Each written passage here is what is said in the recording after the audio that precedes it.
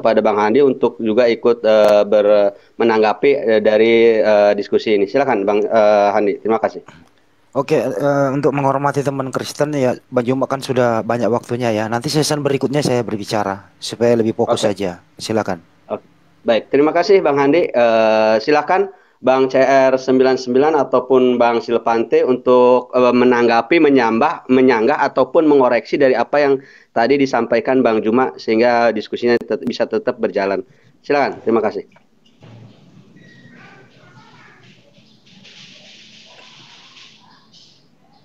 Bang Silpa dulu atau boleh saya? Bang CR99 dulu deh. Bang Silpa masih ditutup mic-nya. Silakan Bang. Oke, makasih Bang Juma. Kita diajarkan kalau kita tidak mau dihakimi, jangan menghakimin saudaramu, ya kan? Saya tetap menghargai keyakinan dan iman Bang Suma, karena kita juga bersaudara dalam satu NKRI. Ya, Tuhan Yesus tidak menghilangkan hukum Taurat, tapi Dia menggenapi, ya kan? Makanya seperti yang tadi saya katakan, bahwa perjanjian baru yang akan diberikan oleh Allah di pasal ini, aku akan menaruh Tauratku di setiap batin mereka, seperti itu. Itu yang saya ingatkan kembali. Kemudian apa sih yang diajarkan Tuhan Yesus? Karena yang bisa menjalankan hukum Taurat tanpa bercela cuma Tuhan Yesus sendiri. Ya, hukum Taurat ini ya mengandung aturan-aturan ya yang menyebabkan orang menjadi terhukum. Makanya ada tradisi mereka untuk penebusan dosa penyembahan yang harus melalui iman besar mereka. Seperti itu. Ya. Apa sih hukum yang digenapin itu? Adalah dua hukum yang disampaikan dalam Matius 22.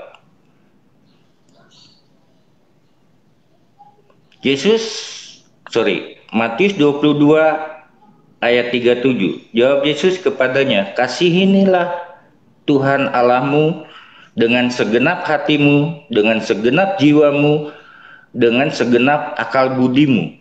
Nah, itu hubungan dengan Allah yang tercatat di hukum Taurat dari 1 sampai 5.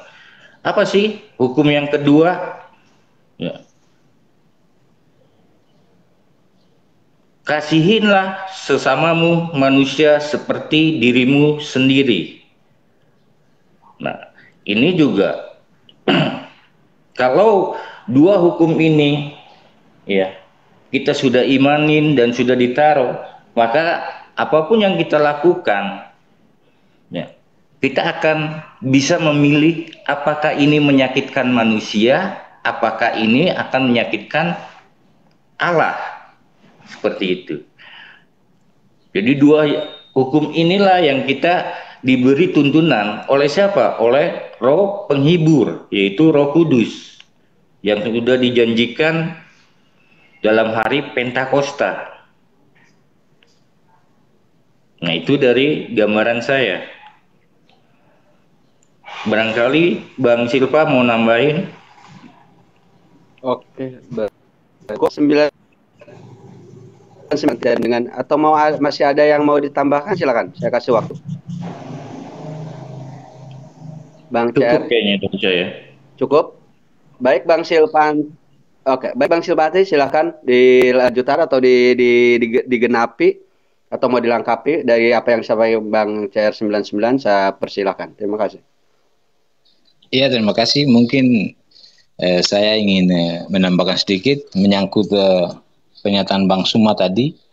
Jadi sempat Bang Suma menyatakan atau membuat pernyataan bahwa Yesus Kristus itu sama dengan Nabi Isa. Jadi saya tidak akan membantah kepercayaan Bang Suma, tapi itu harus kita harus bisa ada pembahasan lebih lanjut. Tapi saya tidak masuk ke situ. kalau Bang Suma mengutip Yohanes 12 ayat berapa tadi saya tidak tahu, tapi itu menceritakan tentang Yesus sebagai utusan. Ya, kalau untuk saya sebagai utusan memang manusia sebagai utusan, tapi pertanyaan saya, apakah dari pihak Muslim menerima Yesus itu sebagai Tuhan? Kan tidak. Nah, karena begini, karena orang Yahudi itu Yesus sampai disalibkan karena Yesus menyamakan dirinya dengan Tuhan.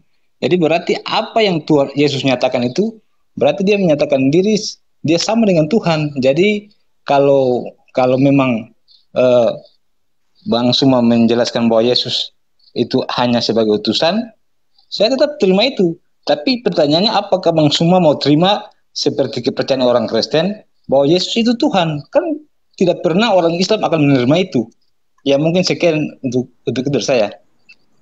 Oke, baik Bang Silvanti, silakan Bang Juma untuk ditanggapi dan dijawab juga. Tadi ada pertanyaan dari Bang. Oh, boleh saya nambahin dikit baru silakan. Maaf, Bang Juma ditahan dulu. Silakan Bang CR99. Sebenarnya yang menyelipkan Yesus, yang punya keinginan menyelipkan itu bukan Romawi, tapi imam-imam besar. Ya, yang dia mau melakukan perbuatan itu, dia cuci tangan, dia melempar ke Kaisar Pilatus. Cuma Kaisar Pilatus diingatkan oleh istrinya karena dia bermimpi tentang Yesus, sehingga dia nggak berani, makanya dia mengembalikan lagi, ya kan, ke imam-imam besar. Kemudian dia cuci tangan, kemudian diambil seperti pilihan, maka diambillah seorang penjahat yang kena hukuman mati, Barnabas, didampingin dengan Yesus. Ya, orang-orang Yahudi dan itu untuk memilih siapa yang harus aku bebaskan dan siapa yang akan saya salibkan. Pilihannya diserahkan. Ternyata mereka pilihannya Yesus yang disalibkan, Barnabas yang harus dibebaskan. Ya. Itu mungkin yang saya tambahkan. Oke, cukup Bang CR99. Baik, sebelum Bang Juma, saya infokan kepada teman-teman di bawah, barangkali ada teman-teman dari Kristen yang mau naik ke Komal, silakan kirim permintaan. Nanti saya coba naikkan, biar nanti nggak apa-apa sih, nanti saya naikkan, mungkin nanti Bang Indayani atau siapa di bawah dulu. Bang Juma, silakan tadi tanggapannya dan juga. Sebentar host. Ya? Sebelum saya turun, nanti bisa digantikan oleh Otan juga ya. Sebelum saya turun, izinkan saya menyampaikan statement saya dah. Boleh ya? Silakan. Terima kasih. Ya, buat rekan-rekan Kristen ya, sebelum saya turun ke bawah, gantian gitu. Saya hanya menegaskan di sini ya, selama Anda tidak mau membukakan mata Anda membuka Injil Barnabas atau Injil Filipus, di situ banyak tercantum, termaktub hal-hal yang paling fakta, paling realita ya mengenai Yesus gitu ya. Bahwa Yesus itu utusan, bukan Tuhan. Nah, kemudian yang saya tanyakan, siapa yang menyatakan Yesus itu Tuhan? Itu satu. Kemudian selama Anda umat Kristen tidak pernah mau mengakui adanya nabi terakhir yang turun ke bumi, yaitu Muhammad Rasulullah SAW, selama itu pula pintu hidayah Anda akan tertutup, tidak akan pernah terbuka. Tapi bila Anda mempelajari Injil Barnabas, Injil Filipus, baru Anda akan terbuka bahwa kehadiran Rasulullah SAW itu memang ada nyatanya. Demikian. Jadi kalau untuk Bang Silvanti memprotes Bang Zuma tentang Yesus itu Tuhan, sudah dijawab kok. Sudah dijawab oleh Bang Zuma tadi bahwa Yesus itu tidak pernah mengakui dirinya Tuhan. Demikian saya harapkan umat-umat Kristen cobalah belajar untuk membuka mata, membuka diri tentang Injil yang ada.